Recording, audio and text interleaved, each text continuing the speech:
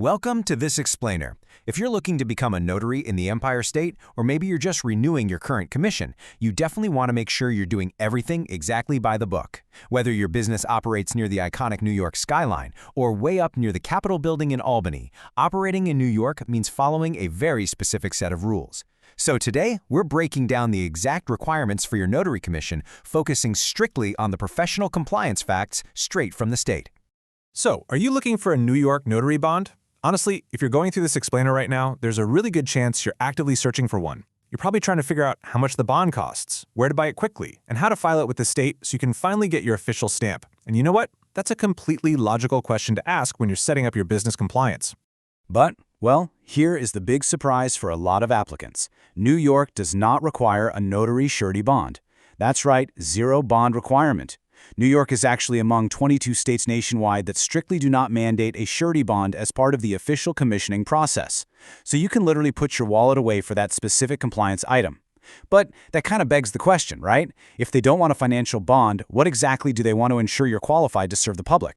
Let's dive into Section 1, New York Commission Requirements, what the Empire State actually needs. First up is your term limit. Under New York Executive Law, Section 130, a New York notary commission lasts for exactly 4 years. So for those 4 consecutive years, you are legally authorized to act as a notary public in the state before you need to go through the official renewal process. Now, how exactly does New York ensure notary quality without requiring a financial bond? Well, they rely heavily on testing. The written exam is a mandatory test required by the New York Department of State that all notary applicants absolutely must pass. Instead of asking for a financial guarantee up front, the state basically requires you to prove your strict knowledge of notarial law and procedures before they hand over that 4-year commission. Beyond passing the exam, there are just a few remaining mandatory steps required by the New York Department of State for a successful application. You've got to submit a completed notary public application and, of course, pay the application fee. You'll also need to provide valid proof of residency or your legal eligibility to operate within New York State. And this is absolutely crucial. You must have no felony convictions on your record. Check those boxes, pass the written exam, and you are well on your way. Moving on to Section 2, Voluntary Protection in NY, Options for New York Notaries. Now, just because the state of New York doesn't force you to buy financial protection doesn't mean you shouldn't think about it. Even without a mandatory requirement, many New York notaries voluntarily purchase 2 options. First is E&O insurance, which stands for errors and omissions. This protects you from liability for any accidental notarial errors you might make while on the job. The second is a voluntary bond. Even though New York doesn't require it, some notaries choose to purchase a bond voluntarily, simply to boost client confidence and show their customers they have an extra layer of professional backing. Which brings us to Section 3, Bond versus E&O Insurance, Understanding the Difference. There's actually a lot of common confusion between these 2 types of protections, so let's set the record straight right now. A surety bond protects the public. If you make a mistake and a claim is successfully paid out to a harmed citizen, the surety company will seek repayment directly from you, the notary. Basically, it guarantees the public is made whole. In stark contrast, E&O insurance protects you.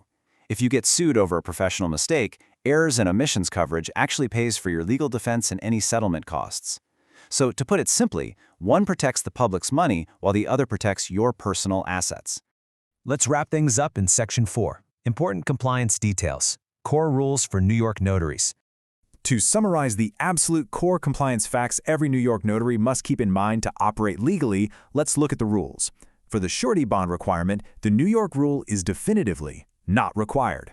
Your commission term length is exactly 4 years. Your official licensing authority is the NY Department of State, and the governing law dictating your notarial actions is NY Exec Law Section 130. Now, while our source material today doesn't specify any remote online notarization rules for New York, keeping these foundational stats in mind is the absolute essential core to maintaining your Empire State Commission.